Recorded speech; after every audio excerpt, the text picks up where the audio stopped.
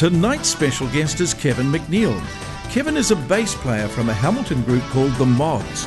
The Mods have just celebrated a 48th reunion, reminding us of the beginnings of the greatest music boom. In 1964, baby boomers saw the worldwide acceptance of the Beatles. The music, the fashion, the attitude and the rise of the baby boomer generation called the 60s legacy. Tonight, Kevin and I walk down memory lane. We welcome Kevin McNeil as our special guest on The Beat Goes On. Kevin McNeil. Jared, A big welcome. nice to be here. A big welcome to The Beat Goes On. All the way from that wonderful city called Hamilton. Right. And the reason that Kevin is on the show tonight is that last Sunday night, the pop group that you are in, Kevin, celebrated their 48th reunion. 48 years, Kevin. Of the original band. Of the original band. Now, Kevin, let's pinch ourselves.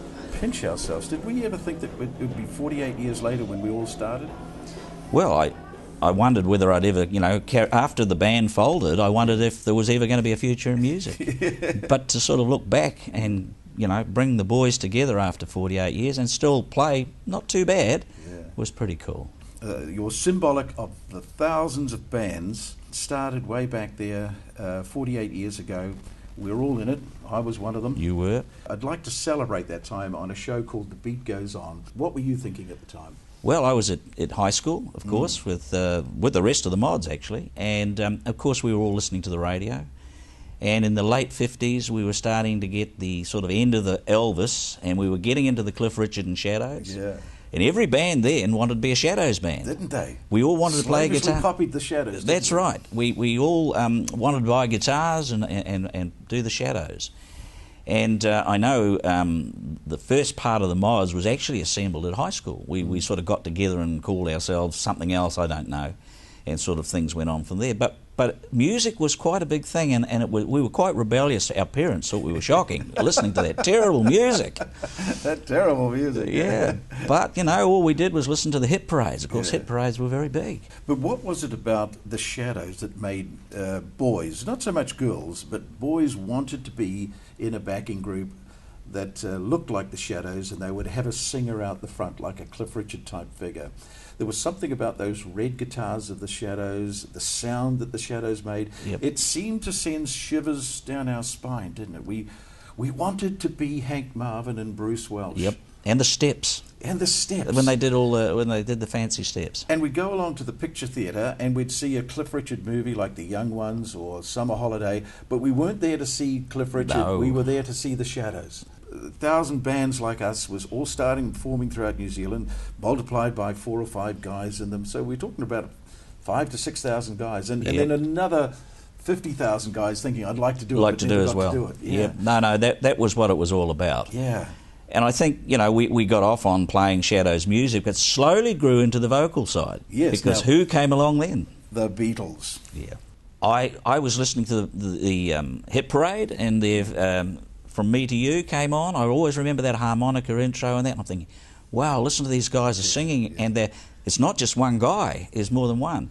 And so I guess we sort of started to pick up on that and thought, this is different. Bulk of our repertoire in the early days was instrumental music. Yes, it was. But slowly but surely, as the groups came through, the Jerry and the Pacemakers, all these, we then covered them. Overnight, we changed from a Shadows type group to a singing type group. We did. Wonderful 4 years, weren't they, Kevin? Wonderful 4 years. What did we get out of it? It was a great time because there seemed to be a new song, a new fabulous song coming out every week, and we'd scribble down the words off the radio, and we'd have it learned for the next Saturday night. That was the aim, wasn't it? To have a new song every time you did a gig. Have half a. Well, there was a point where we turned, in those days, you turned professional, you turned full time, you gave up your day job. Yeah. And I remember telling my dad I wasn't going to go to work, and he was not very happy. But during that period, of course, during the day we were doing nothing, so we were learning songs. Now, Kevin, this is all leading up to what I think, and people can shoot me down in flames, but I think the next 4 years, from 64 to 68, was one of the great music periods. Yep. And it's still referred to today as the 60s music. Bands like the Kinks, the Searchers. I mean, if you go to a social event today with young people, 78% of the music is from the 60s. From the 60s. That they will dance to and have a good time to. I think the music died in late '67 when the Beatles released Sgt. Pepper, and it changed the whole... The music then went in all different directions. Yes, it did. You know, the bands were doing different things. But up until that point, it was pretty much consistent, the type of music and the melody and that type of thing that the bands were producing in that era. And that's the era that I call the 60s, yeah, totally. Dare I say it, Kevin? Dare I say it, Kevin? Do you think the music today can ever equal that wonderful 4 years from 64 to 68? Or are we biased? Are we biased or...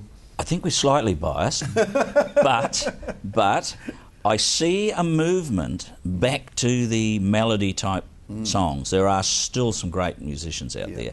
And I think if you look at the Tim Finns and people like that, they sort of captured a bit of 60s, didn't they? The Tim Finns and the Neil Finns and those bands, they're still bringing the melody, because that was the thing to me. 60s music, you could stand in the shower and sing a 60s song. Yes. A lot of the songs today you can't sing. So to me, I think it is moving back that way. And yes, we're a little bit biased, but I think, as you said before, the kids cotton on to our music because their parents played it to them. And they could sing it in the shower. They can. Right. We were the children of parents who'd gone to war. They came out of really hard times. You know, my dad came back from the war and he started a family and everything. So we'd gotten to the age, and in the early 60s, or the 60s, the period you're talking about, everybody was quite affluent. It was no upper class and lower class. It was a big middle class. So nobody was really, really poor. So everything was cruising along nicely. We could have the clothes we wanted, which was the mod scene. We saw it in the books. But I think getting towards, out of that, as you said, 68, we started to see trouble overseas. And then the music started to reflect that. Yes, exactly. People were singing about, you know, Bob Dylan and all these different people singing about it. So it sort of, it did change. But up until that point, things were beautiful. It was all based on...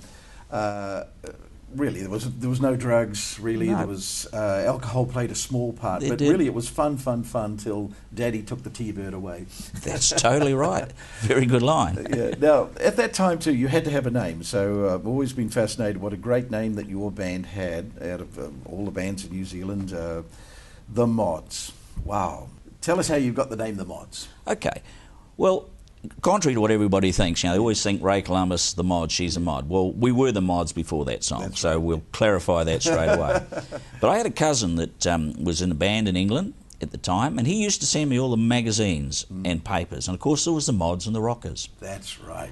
And We've forgotten all about the we Mods and had, the Rockers, yeah, haven't we? go down to Brighton and have fights, and the Mods were quite nasty people. Yeah, they were. They looked smart, you know, in their clothes, but and their little scooters. And we looked at this and we thought, the Mods, and we want to dress up, and we'd seen the Kinks type of different, so it became Wayne Reynolds and the Mods. That was actually the first name. So you had a choice between the Mods and the Rockers. You could have called yourself the Rockers. Why not? Well, you didn't identify as a rocker. No, I don't think so. I think you look at the photographs, we definitely weren't rockers. What were the philosophies of the Mods and what was the philosophy of the Rockers? Yeah, I mean, we know the Rockers did like, they would like their motorbikes, and they were what we'd call motorbike gangs now. They were the tough boys. So the philosophy of the Mods was fashion, pop music, having a good time, fun, meeting girls. Yep. And you chose the Mods. We chose the Mods. That reflected who you were. Well, I visited Carnaby Street in 2009, my first trip to London after I was born in Croydon, hadn't been back for 60 years. Went down Carnaby Street, walked into a shop that had been there just about all that time, and talking to the guy about our band and stuff, and he said, the band called the Mods, because it was quite unusual. There was no band in England called the Mods. That's amazing. Well, I think I know why, because I think if you were a mod and you were playing at a gig called the Mods and the Rockers turned up, you could be in strife. But there was only ever been 2 or 3 bands called the Mods over the years. So there was 4 of you. That's First right. of all, there was Kevin McNeil on bass guitar. Right, and on rhythm guitar and vocals, John Bissett, and John's playing as well as ever. And then the 2 Reynolds brothers, Wayne and Neil. Wayne on lead guitar and vocals, and Neil on drums and vocals. Well, the history was that you celebrated 48 years the other night in Hamilton. Great crowd, playing wonderfully well. What did you feel as you were looking out at that crowd? It was 48 years have gone by. Pinch yourself. It's so quick, isn't it? It is. Time is a rocket ship, isn't it? It is. And I was very proud of the boys, and I felt very humbled of being up there with them, but I loved every minute of it, and it was great. And have Ray Columbus were there with you? So? Yes, Ray was there, and Shane was down, and of course yourself. Yes, exactly. And we loved having you guys there just supporting us. So how do we see the next 48 years, Kevin? Well, that'll be interesting, won't it? We're aiming for the 50th. That'll be a biggie. That'll be the next biggie, and we'll be there. Don't you worry about that. And Kevin, just before we go, what are you doing today? What's a day in the life of Kevin from a music point of view? Well, I've been doing a few solo gigs around. I've been writing a little bit, and I produced my first album 2010, which has been selling all right. And it was something I always wanted to do. I'm working on the second one at the moment and writing a few songs, and hopefully I'll get that out within the next 12 months. The reason I asked you that, you've got some spare albums lying around that we could give away on the program? I certainly have. Could we give 3 of them away? You certainly could. Well, we need a question. Now, what's the album called, Kevin? The album's called Back in '64. Back in '64. Yeah, we'll make that our question, shall we? Yeah. Yeah. It's a retrospective look about our band. I wrote the song. It's an original song, and yeah, it talks about how we started off and we were doing it for the music and everything, and now we're a bit older and it's not quite as easy. It sort of follows that trend. And a lot of covers of songs that I wanted to sing over the years. So we'll say to our viewers that if you'd like to win one of these albums, just email Jared at thebeatgoeson.co.nz. And the question, of course, is, what was the year that the Mods were formed? Back in 1964. Marvellous year. So get your entries in, and we've got 3 copies to give away. Kevin, what a pleasure. Thank you. You represent all the musicians from that wonderful era, and coming on The Beat Goes On. Thank you, Jared. Thank you, Kevin.